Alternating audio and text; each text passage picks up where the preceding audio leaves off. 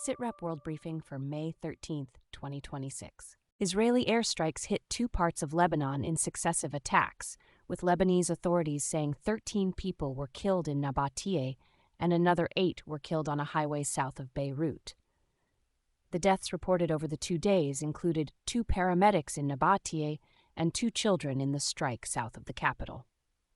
Lebanon's health ministry said the 2 paramedics killed in Nabatea had been carrying out a rescue mission after an earlier strike that had already killed 1 person.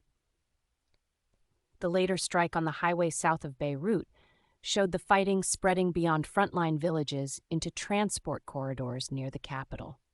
Nabatea has long been one of the most important cities in southern Lebanon, and attacks there carry political and military weight because the area sits near territory where Israel and Hezbollah have repeatedly traded fire in past wars and border flare-ups.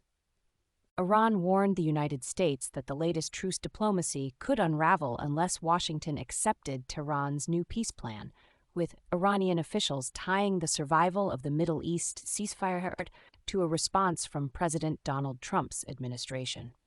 Tehran paired its diplomatic warning with a nuclear threat, saying it could move to weapons-grade uranium enrichment if it came under attack again. The dispute now links ceasefire negotiations, U.S.-Iran relations, and the future of Iran's nuclear program in a single bargaining process. U.S. President Donald Trump traveled to Beijing on Wednesday for a summit with Chinese President Xi Jinping. The Beijing meetings, described as taking place on Thursday and Friday, are expected to center on trade disputes, Taiwan, and broader security questions. Before the visit, Trump said he would press Xi to open up China.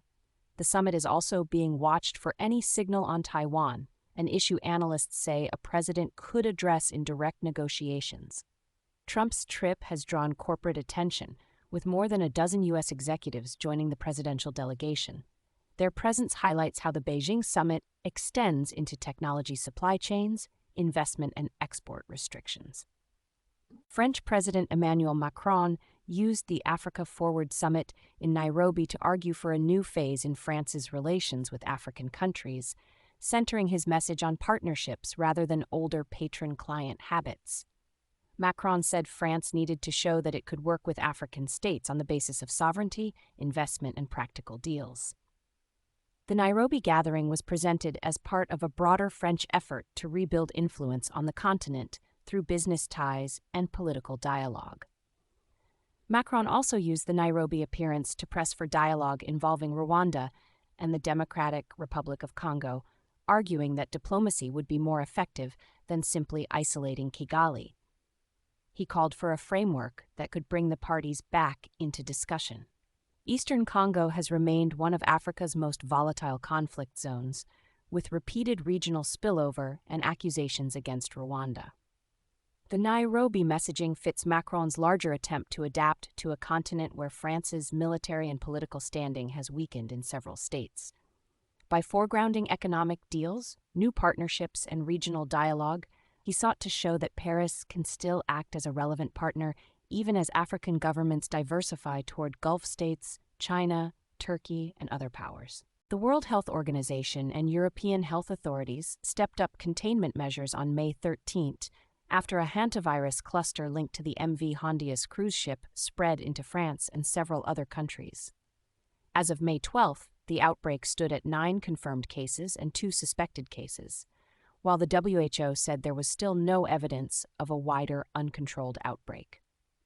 Governments in Europe, along with partners including the United Kingdom and the United States, have told passengers returning from the expedition vessel to self-isolate for about 6 weeks as health agencies work to break any remaining chains of transmission. France moved to strengthen surveillance after one of the repatriated patients, a French woman infected in the cruise ship outbreak, was admitted to intensive care in Paris and placed on an artificial lung. French health officials have expanded monitoring and contact tracing around the case, reflecting concern that imported infections from the ship could seed further transmission if they are not rapidly isolated.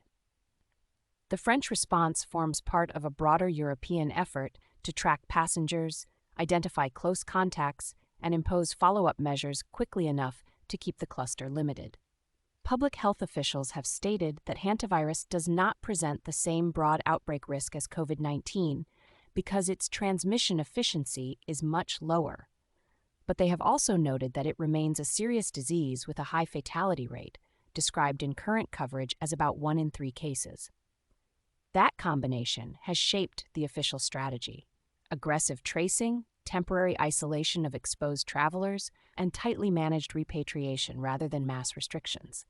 The WHO has said Spain's handling of repatriation showed that onward spread can still be stopped effectively, reinforcing the view that the outbreak is dangerous but containable if countries continue coordinated action. Sources are available at sitrepbrief.com.